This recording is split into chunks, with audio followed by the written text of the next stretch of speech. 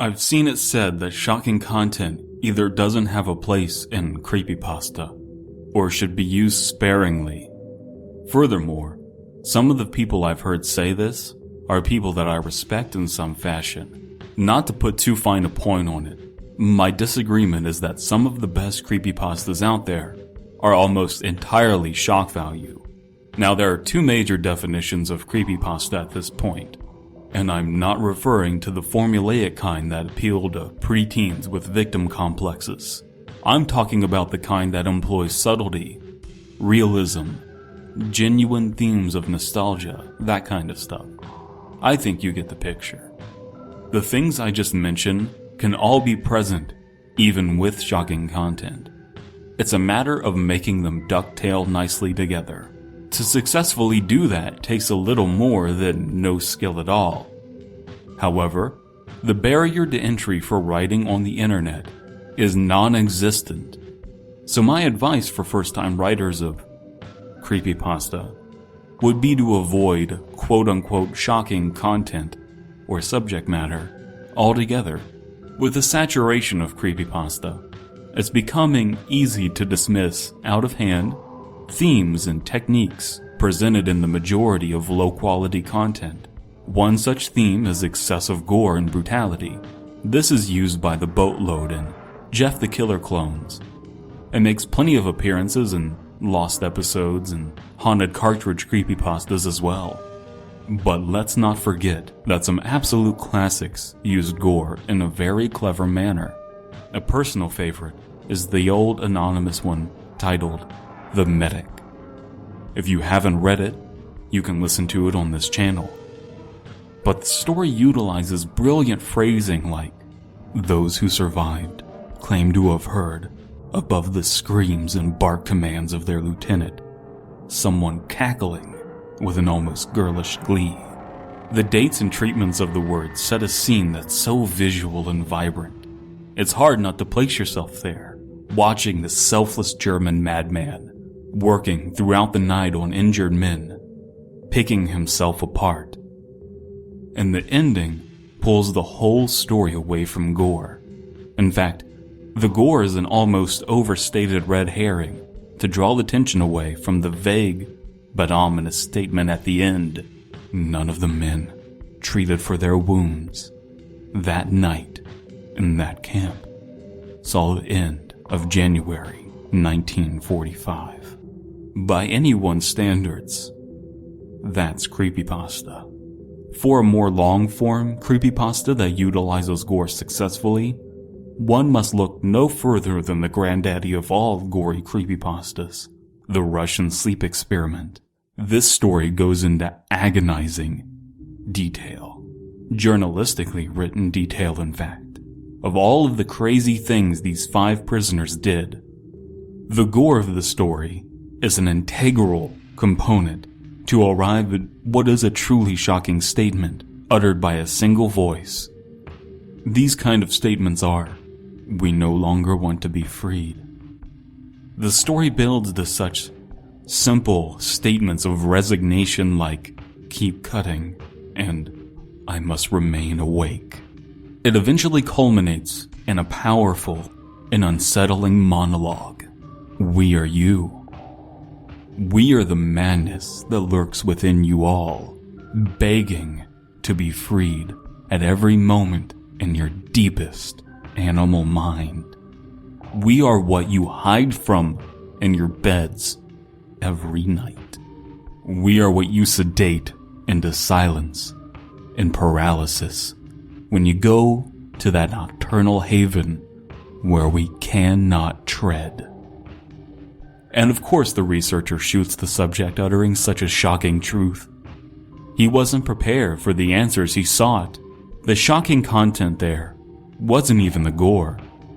It was the researcher's reactions to the revelations that human minds aren't capable of handling. Now, remember what I said about ducktailing?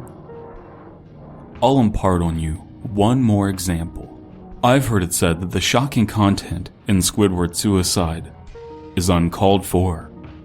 Squidward's suicide, I believe, is a complicated case.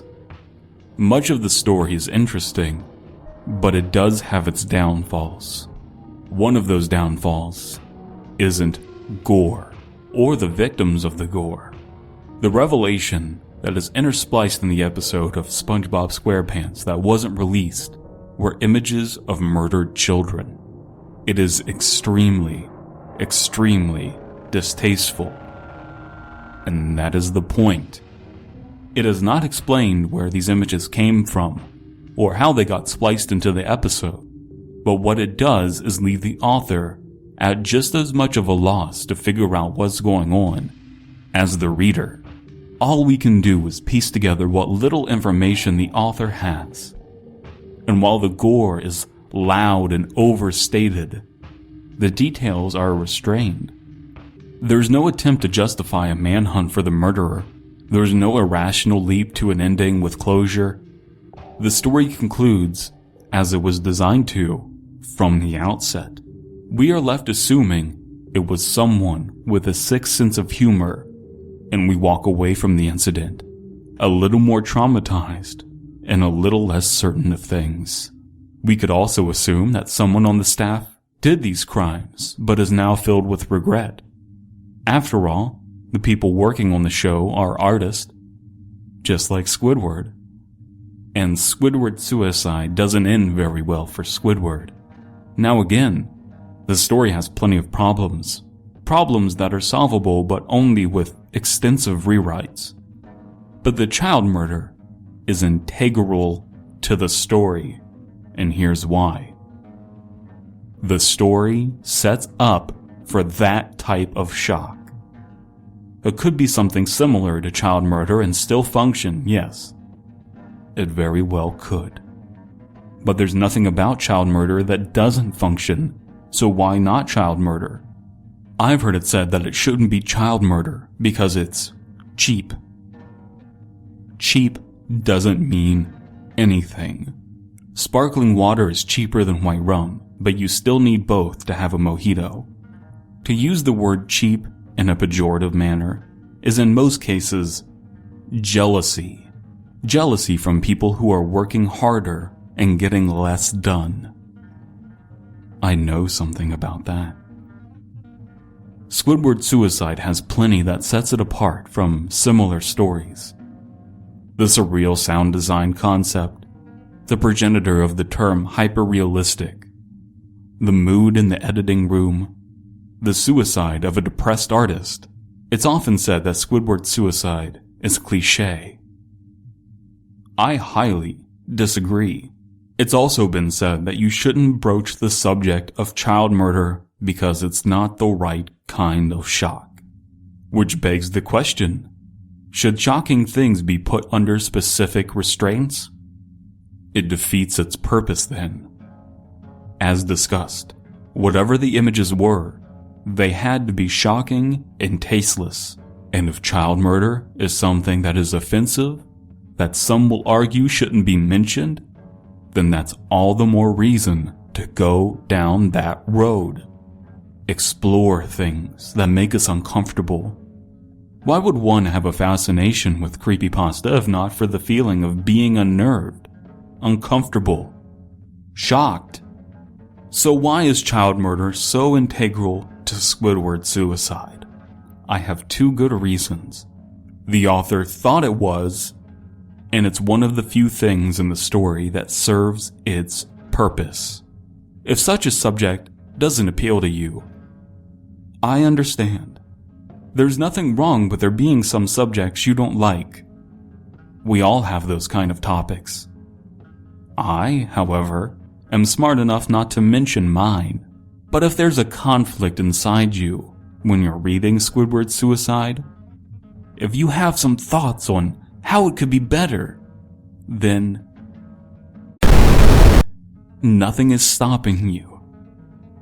I've done this countless times. I know I could rewrite Squidward's suicide and make it function better. And maybe I will. But for now, the defense rests. If you have something to contribute, please leave a comment. Please consider subscribing.